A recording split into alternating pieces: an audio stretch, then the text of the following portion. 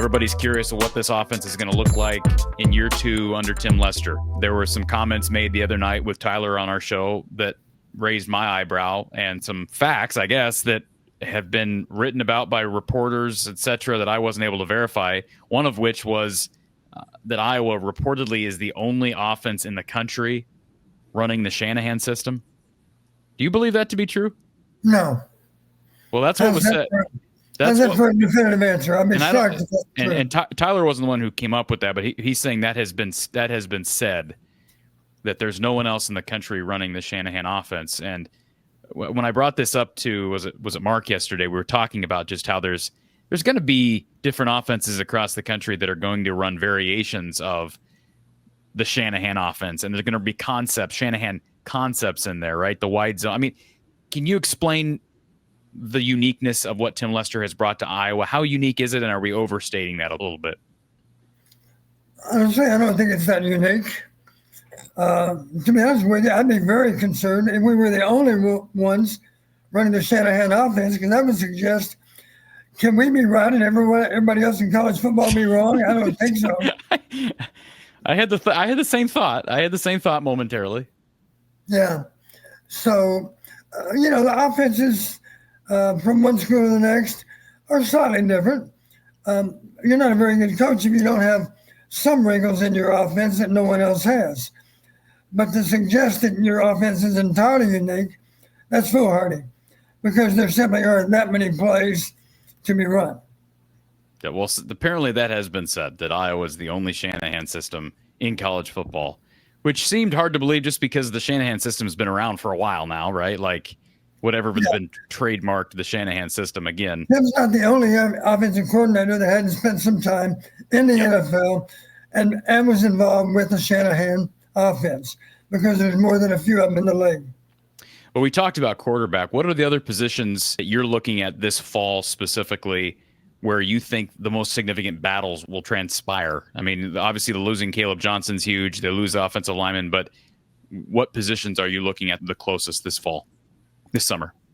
Yeah, I think wide receiver is a good place to start. As you know, I have a healthy respect already for Jacob Gill. He's a solid player. He was a solid player last fall. So I don't worry about Jacob at all.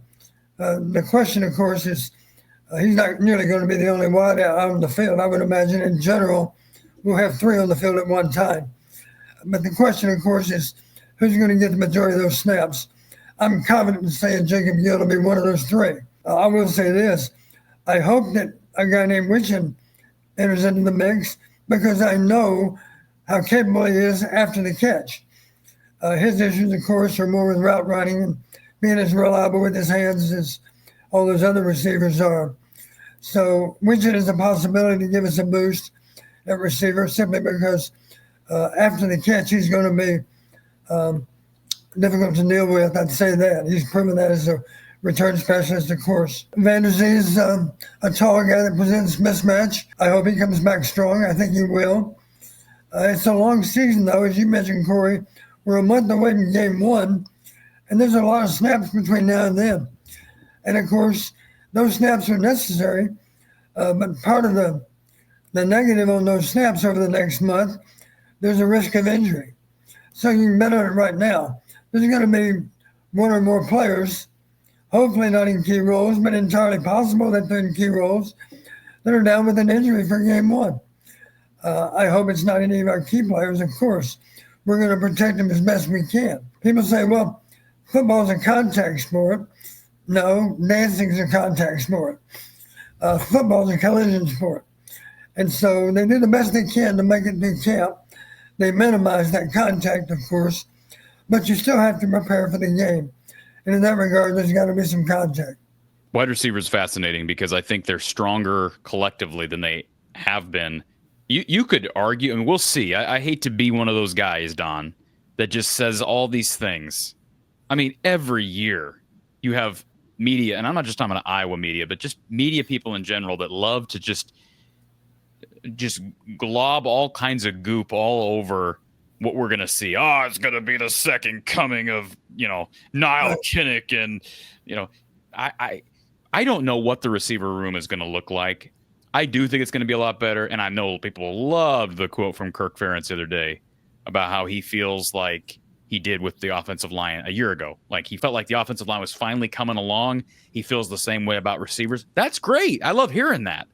Right. But I've seen way too much mediocrity at receiver for too long to just buy that hook, line, and sinker, especially from a guy who, last I checked, is an O-line guy, not a receivers guy. When Tim Lester says it, when I hear Tim Lester say this is one of the best receiver groups I've ever coached, then I'm going to start sweating. All right. Then I'll have some sweaty palms to talk about. I got out on a limb and suggest you're probably not going to hear that out of Tim. So my point stands, but I do think it's going to be a stronger group collectively. And we can give credit to Bud Meyer or Lester. We got to see it transpire first. But top to bottom, I do think they're going to have maybe 8 to 9 guys that they can throw out on the field. And I don't remember the last. I mean, we just a couple of years ago, Don, the second and third guys were like walk-ons. Right. I mean, you're talking like Alec Wick and Jack Johnson at times. Well, you know this, Cory. It is a battle of attrition over the season, and you have to have depth. If you don't have depth, you're going to be really, really lucky to not suffer due to injuries. Yeah. So the backups are critical, and healthy competition is such a wonderful thing. And I think we have that at receiver. I would go a step further and say I think they're collectively as strong as they have been. Who will emerge? I don't know that I have a great feel for that.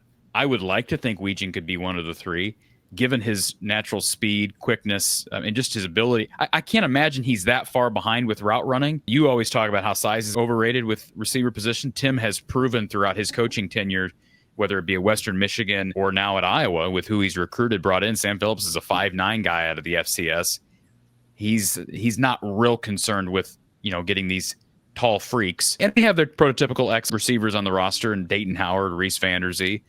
But what I'm just curious to see is if Weegen can develop into one of those three. If not, I think Gill, what you said, absolutely. Gill, 1, 2. I think Sam Phillips. I mean, again, it's apples to oranges because you're trying to compare FCS football to FBS football. But what stands out on tape, the smoothness that he runs with, his soft hands, and he's got really good speed. We'll see if it translates. I don't know. But Iowa brought him in for a reason. He was very productive at Chattanooga. Don, again, I'll rely on you as the FCS GOAT. Is Chattanooga anything to write home about in the FCS? We're talking about an individual player, so even if I cannot extol all the virtues of Chattanooga football, it doesn't mean they don't have Division I talent. Yeah. Even the lesser programs might have one player that can play in the Big Ten. How about Minnesota's quarterback a year ago that came from New Hampshire? So there's a good example of it. So I think Sam Phillips will work in there. Yeah. So then third, Gill, Phillips, and then, battle between Weegen, Seth Anderson. There's a kid we haven't talked about a ton. Jarrett Bowie has played a decent amount. And I'll tell you another guy, Don, this might be my biggest dark horse of any position heading into fall camp, based on just chatter that I've heard all offseason. And that is KJ Parker. His name just keeps getting brought up. And he's the one guy I really have not seen on offense do anything. But I just keep hearing that name. He was one of 3 or 4 guys that Mark took down to Texas to train in the summer in a small group. That kind of made me raise my eyebrow a bit. So, and then, Dayton Howard, Reese Vanderzee, we haven't brought those guys up. And then you're looking at maybe some freshmen and walk-ons. But the depth is impressive, what they've been able to do. And I did think last year we saw maturation from some of those guys, especially when Seth Anderson finally got healthy. Reese Vanderzee, I know, struggled with injuries last year. If he can stay healthy, he's got a chance to really take a big leap forward in year 2.